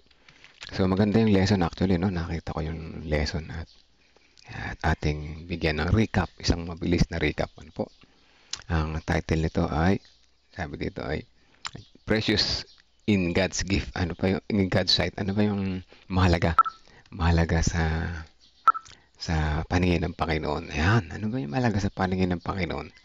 Sabi dito ay ang tunay na kahalagahan ng tao, ulitin ko, ang tunay na kahalagahan ng tao ay hindi nasusukat sa kayamanan, talino, katanyagan. Ayan, ano? Dito kasi sa lupa, ang kahalagahan ng tao, pag ikaw ay nakakotse, ayan, re-respeto ka ng mga gwardiya, pag pupunta ka sa mall, yes sir, gaganon pa sa guard, sa gate, sa mga entrance. Pero pag ikaw ay nakatricycle at nakamotor, ayan ako, maliit ang tingin sa'yo. Pero sa Diyos, hindi. Sabi niya, tunay na kahalagahan ng tao ay hindi nasusukat sa kayamanan, sa talino, sa katanyagan, kundi sa kanyang katapatan, mapagpakumbaba at makadiyos na puso. Tatlo yung tinabi dito kung paano tayo maging mahalaga sa Diyos. Tayo tapat, mapagpakumbaba, at makadiyos na puso. Yan, yan, tatlo lamang yun. Madali lang, di ba? Tatlo lang. So yan, dapat yung pinakamahirap yan, tapat. So yung pagpakumbaba, madali, may adjust natin yan, maalis natin yung pride. Pero parang mahirap din, no?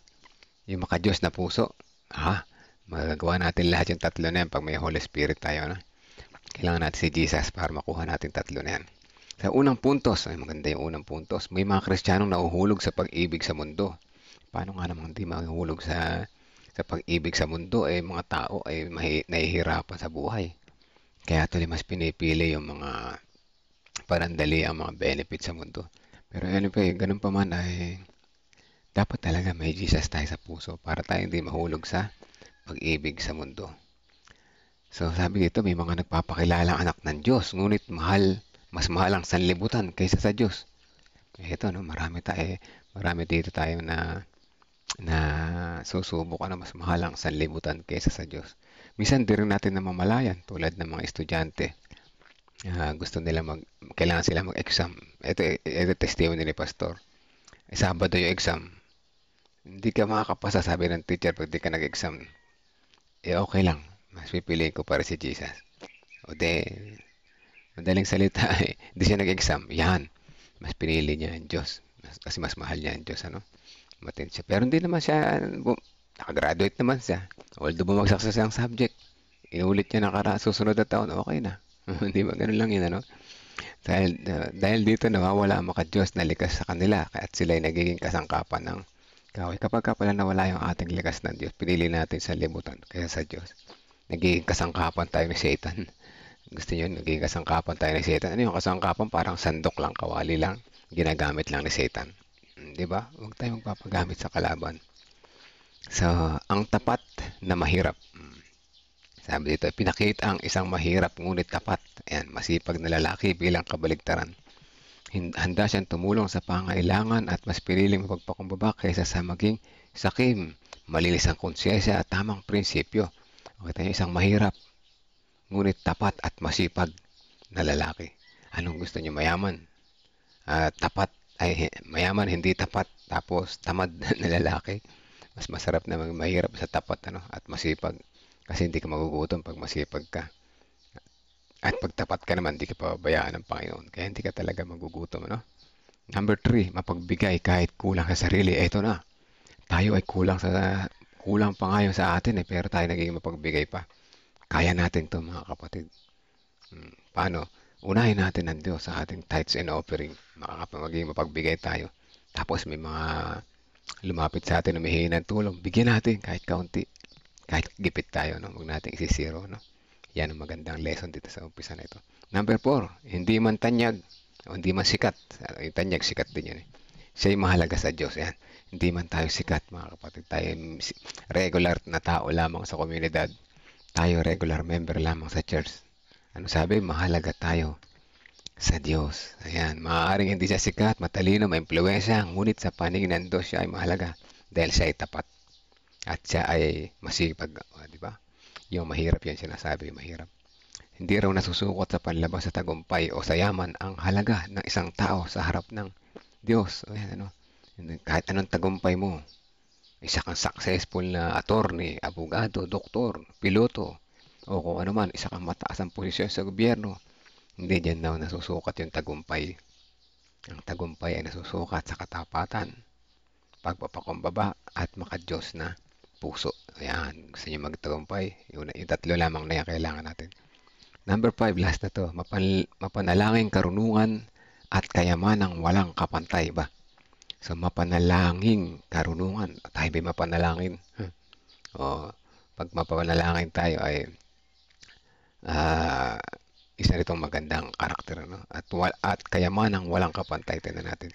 Ang kanyang kilos ay bunga ng karunungan mula sa Diyos. Ayan, ako po. Napakasarap nito. Pagka tayo kumikilos na may karunungan galing sa Diyos, ay higit pa sa katalinuhan ng makamundo. Oo nga naman, ano? Kaya si Jesus nasa lupa, talagang matalino siya galing sa Diyos yung kanyang karunungan. Tinalo niya lahat ng mga matatalino sa mga na kanyang nakadebate, nakausap, ano? Dahil dala niya ay karunungan mula sa Diyos. Siya ay nagtatabi ng kayamanang walang pagkasira sa langit, kayamanang walang hanggan. Ano yon? Yun yung kabutihan ng puso, pagpapakumbaba at pag-ibig sa Diyos. Pag yun ay inipon mo sa langit, kayamanang walang hanggan yan, mga kapatid. Ano?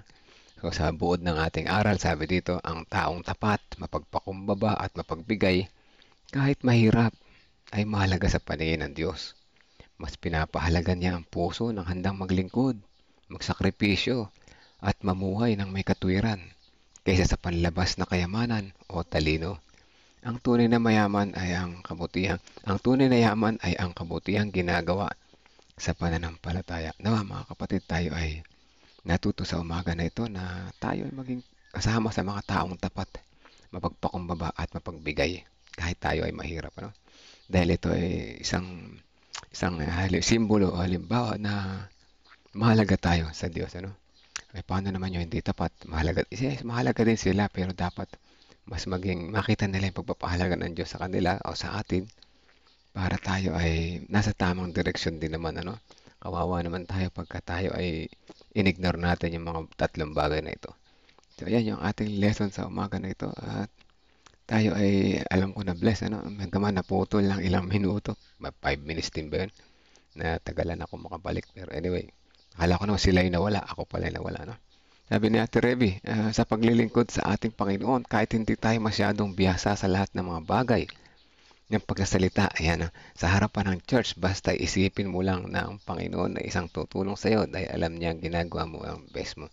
Ito nga yung sinasabi ni Ate Revy, no? Basta't ikaw ay tinawag sa part sa church, kahit hindi ka magaling magsalita, magaling naman makinig yung mga tao, maunawaan na yan, ano? At alam ng Diyos na ikaw ay willing na tumulong sa gawain niya, tutulungan kanya, bigyan niya kanya ng karunungan, ano po? Bibigyan kanya ng karunungan. Ba't ako ba ay marunong magsalita dati, mga kapatid? Ako isang mahihiyaing bata na tao, no? Kahit dito sa live, ayoko nga dati magbukas ng camera. Alam niyo na yung mga kasama ko sa una dito, yung mga nakakaramang mga taon, di ba? Puro audio lang ako. Ayan, sabi nga ni Risa, magbukas daw ako ng video. Sabi ko na, hindi Risa, naiiyak ako. So, ayun, ano, ngayon, makapal na mukha, ano. Ayan, nagbubukas na ako ng video. Unti-unti, ano. Unti-unti, marunong na rin ako magsalita sa church. So, nakakapag-deliver din ako ng short message lang. Hindi ako kasing husay ng pastor, pero sa tulong ng Panginoon, binibigyan niya ako ng nakakasurvive naman, ano po, nakakasurvive naman. So mga kapatid, ang lesson na ito ay nananawagan para sa atin. May pusong makadiyos, tapat sa paglilingkod, at mapagpakumbaba. Bakit mapagpakumbaba? At saka tayo yung huwag nating ibigin yung nandito sa libutan, bagkus ibigin natin ang kayamanan na maiipon sa walang hanggan. Ayan, ano po. Sa mga kapatid, alam natin na ang Diyos ay nandyan buhay. Tapos wala tayong tiwala sa Kanya ba? Para tayo nagsisinungaling yan. So ayan, yan ang ating magandang lesson sa umaga na ito. At tayo manalangin, mga kapatid. Let us pray. 30 seconds silent prayer and then I will continue praying. ibulong nyo na yung mga personal prayer request, lalo na yung mga inyong mga prayer cards na mga pangalan na nais nyo isama sa panalangin. Let us pray, mga kapatid.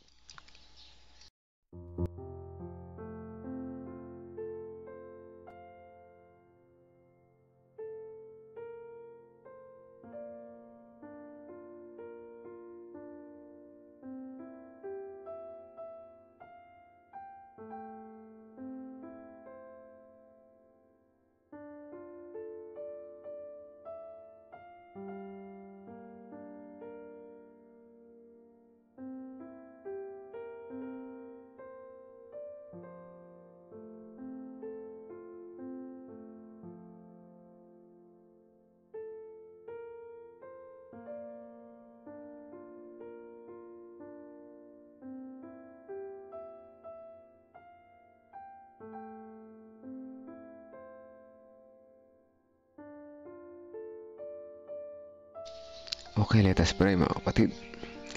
Amang banal na makapangyarihan sa lahat, sa umaga na ito, lubos ang aming pasalamat ay patuloy nyo kaming sinamahan. Binigyan kami ng pagkakataon sa umaga na ito ay muling makagising, mabuhay muli, at magkaroon ng chance na baguhin ang aming mga karakter.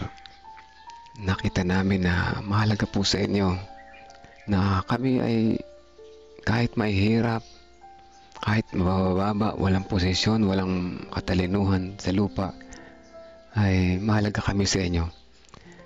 Tulungan niyo po kami na maging tapat, mapagpakumbaba, may pusong makadiyos, at kami ay makakaipon ng kayamanang walang hanggan dyan sa langit na bayan. Tulungan niyo po kami sa aming pagiging mahina. Wala kaming kakayahan para sa ibang mga bagay, ngunit ang aming puso ay willing matuto, willing gumawa sa iyong gawain. Nawa sa aming pang-araw-araw na pamumuhay, patuloy kami lumago, patuloy kami maging tapat, mas piliin namin ang mga bagay na makalangit kaysa sa makalupa. Salamat sa inyong pagmamahal. Ramdam po namin ang inyong paggabay sa bawat araw. Sa umaga na ito, narito ang aming mga kapatiran. Meron kaming mga pangalan na isinama sa panalangin na nais naming mailapit sa inyo, ang aming mga mahal sa buhay, na kahit sa aming sariling pananalita ay hindi namin magawa na sila ay mailapit sa inyo. Ngunit kami nagtitiwala na ang Holy Spirit ay gagawa sa ibang kapamaraanan at sila ay makakalapit po sa inyo sa tamang panahon na inyong itinakda. Sa araw na ito, kami ay nananalangin, ang aming mga kasama na nanalangin sa umaga na ito ay may mga personal prayer request din naman. Tingnan niyo po, ang aming mga panalangin ay sa inyong kalooban at hindi lang sa aming kagustuhan. Aming sinasama sa panalangin ang sambayan ni Ate Lorna at Kuya Bobby sa kabila ng araw-araw na pamumuhay na mabigat at trabaho. Sila po inyong bigyan ng malusog na pangatawan ang kanilang mga anak sa malayo, si Tintin, si Buboy, at ang kanilang pagkatatrabaho doon na mabibigat ay kanila pong maging masaya sila sa pagtatrabaho nila kahit malayo sila sa kanilang pamilya. Dalangin din namin ang sambayan ni Ate Reby at ang kanyang buong pamilya, ang iglesia ng San Leonardo, ang kapatiran na nawa ang mga nangunguna dito, si Ate Reby, si Ate Bebe at ang iba pa, ay patuloy din maging halimbawa sa kapatiran, na patuloy maging matatag kahit mahirap ang buhay. Ay sila ay matuto palagi na magtiwala po sa inyo. Dalangin din po namin ang sambahayan ni Ate Milen Masiklat kasama ng kanyang buong pamilya at sa kanilang kalusugan. Gayon din ang patuloy na kagalingan kay Sister Charlene Lacanilaw sa kanyang pinagdaraan ng karamdaman. Dalangin din namin ang sambayan ni Sister Shirley Rosa Cinto, ang kanyang buong pamilya, ang kanilang mga kalusugan, ang kanilang mga pinagkakitaan, ang kanilang pananampalataya. Gayon din ang sambayan ni Nanay Nerissa at ang kasama na ang kanyang buong pamilya, si Brother Reynaldo Eusebio, si Veronica na patuloy na lumaki na nakikilala kayo, at lalong higit si Liwayway at si Romnick Erelia. Dalangin po namin ang sambayan ni Sister Mildred kasama ng kanyang mga mahal sa buhay, ano pa man ang kanilang status ng buhay ngayon, ay patuloy niyo po silang samahan na maging malakas at liwanag ng kanilang nasasakupan. Ganyan din ang sambayan ni Ate Sally Sanchez. Patuloy niyo siyang bigyan ng malusog na pangatawan, at salamat sa patuloy niyong pagbibigay sa kanya ng pag-asa sa bawat araw, sa bawat umaga, at nakasama ng kanyang mga mahal sa buhay. Ganyan din ang sambayan ni Sister Belinda Salvania. Ano man ang kanilang mga prayer request sa dakilang Diyos, kayo po ang nakakaalam ng kanyang puso, at ilapit niyo po siya palagi sa inyo upang maging siya halimbawa sa kanyang pamilya. Ganyan din naman si Sister Gloria Balbido, si Ate Mitch San Jose, si Ma'am Nora kasama ng kanyang anak na si Leonard sa patuloy na kagalingan, naway makabalik siya sa mabilis sa kanyang gawain, ang kanyang recovery, healing, ay patuloy niyo po ipagalaw sa kanya sa lalong madaling panahon. Ganyan din naman si Sister Vicky, ang kanyang kahilingan, nawa makauwi na po siya sa kanilang bahay, matapos ang kanyang overpatig na sa trabaho, at nawa palakasin ang kanyang resistensya sa bawat araw. Bawasan ang kanyang kalungkutan o dakilan Diyos. Ipadama niyo po sa kanya patuloy ang inyong pagmamahal. Ganyan din ang sambayan ni Sister Elizabeth Erese kasama ng kanyang mga anak. Ganyan din yung kanyang anak na nasa banig ng karamdaman. Si Sister Sweetie Burgos Lopez at si Sister Hannah, maging maayos nawa ang kanyang resulta ng kanyang test. At ganyan din si Ma'am Pemi Sabat kasama yung pamilya, si Dr. Ben, si Casey, si Pangga, kanyang mga apo, ang guys, teachers, pupils and parents. Nawa mas maraming mag-enroll sa taon na ito para mas maraming mailapit ng mga bata at mga magulang sa pangalan po ninyo. Dalangin din namin ang sambayan ni Sister Teresita Ladia, Sister Teresita Tyree Reyes, ganyan din si Kuya Melchor, Kuya Narsing, Kuya Monching Canlas, ang Peñaranda Church, kapangutan nila Sister Marlene Garcia, ganyan din sila Sister Open, na Sister Bing, ang sambayan ni Sister Penny Domingo Ronas, ganyan din ang sambayan ng iba pang kapatiran na nakasama namin ngayon na hindi namin nabanggit. O dakilan Diyos, kami may mga kahilingan sa maghapon na ito, kami po ay inyong samahan, manguna sa aming pag-iisip, pananalita at mga gawa, upang kami maging karapat dapat sa inyo. Tulungan niyo po kami maging tapat sa inyo sa lahat ng kapamaraanan, sa anumang sitwasyon ng aming buhay. Tulungan niyo po kami maging mapagpakumbaba at hindi ma-pride. Tulungan niyo po kaming kumilos at umaksyon na may maka-Diyos na puso. Salamat sa inyong pagdinig sa aming panalangin. In Jesus' name we pray. Amen. Amen. Amen, mga kapatid. Ayun, huli ko nang nakita ang anyway, sama natin sa prayers yung San Antonio crusade, ano po. Ayan, patuloy nga pala yung crusade nila dyan, ano po.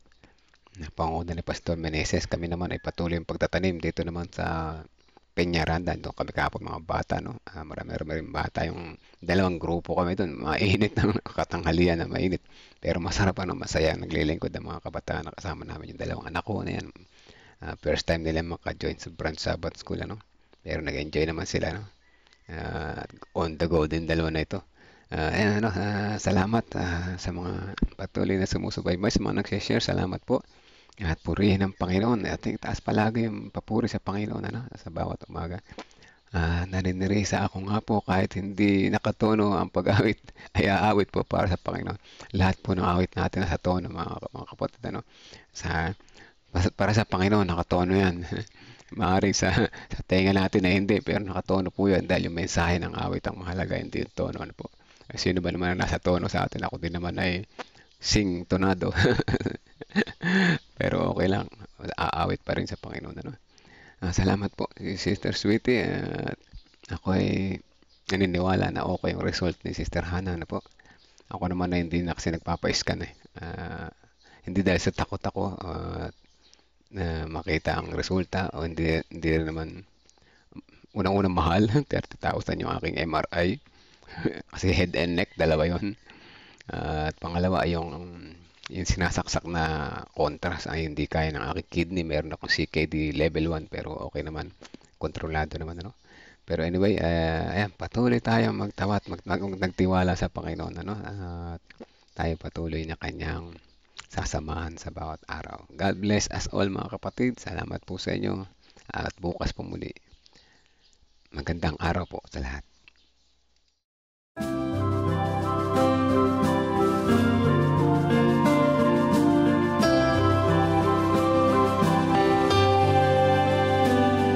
I hear the voice of Jesus calling.